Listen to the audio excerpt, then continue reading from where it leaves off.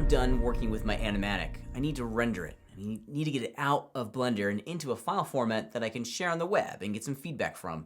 And we're going to be following a rendering process that is nearly identical to the rendering process that we've been using almost the entire semester. So as you guys know, we need to go into our output settings, this thing right here inside of our properties panel, and explore some of these values so that we know exactly where this file is going to get rendered to.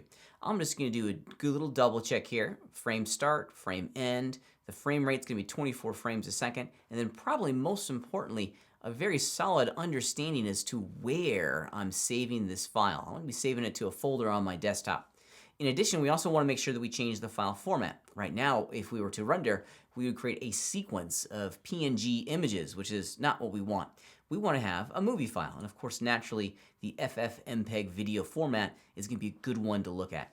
In addition, now that we're working with video and maybe even incorporating some audio, we need to look at this encoding section.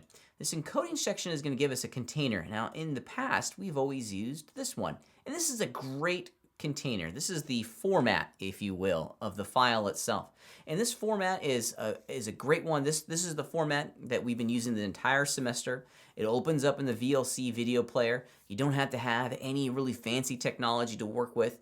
However, this is not a container that is often used out there in the real world.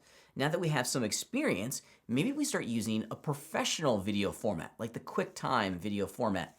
Love or hate Apple computers, the QuickTime video format is the most popular and the most robust video format on the globe.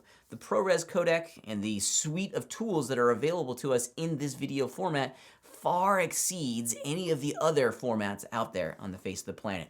Now that we have some experience, it's time for us to really begin to explore how to use these pro formats in a professional workflow.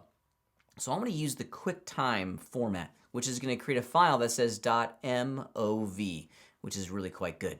In addition, we also have access to a wonderful collection of codecs.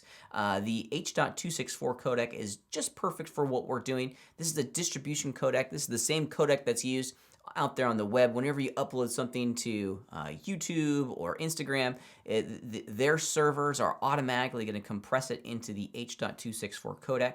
If I was rendering something for production, I'd probably render it into the QuickTime animation codec, which is about as uncompressed as you can make it coming right out of Blender. It's great, but if you choose to do this, buyer beware. The file sizes are going to be gigantic. Not something that I would encourage you to do for this class, but for your own personal work, take a look at it. Let's put it back to H.264. Okay, we leave all these values where they are. These are really great values. Now for the audio, the default audio format out of the video sequence editor and our output settings is no audio. If you've incorporated some audio, some sound effects, or some wave files, or some music perhaps inside of your animatic, definitely want to make sure that you change this to AAC.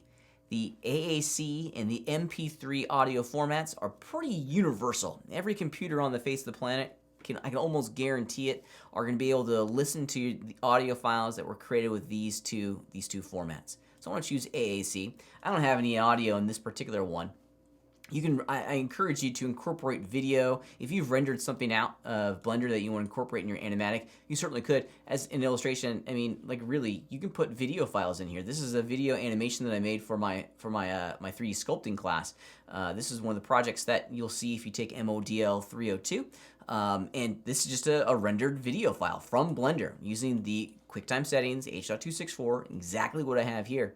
And you really can incorporate video into the video sequence editor at a professional level, which is pretty great. All right, so I'm pretty happy with all of these properties. Let's go in, just double check our settings.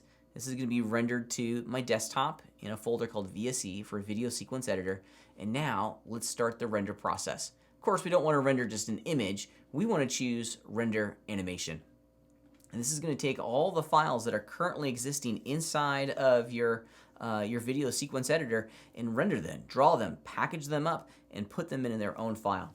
Now, when it comes to the referenced blend file, the linked blend files that we have here, it's going to take a little bit longer.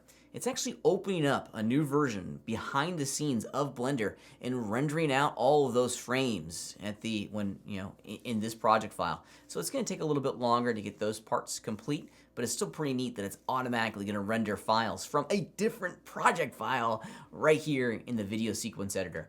All right, I can see that my render is done. So on frame 250, if I close down and jump over into the Finder app on my computer, there it is. Here's the animation that was just created. And voila, the exact same thing as what I had over inside of Blender.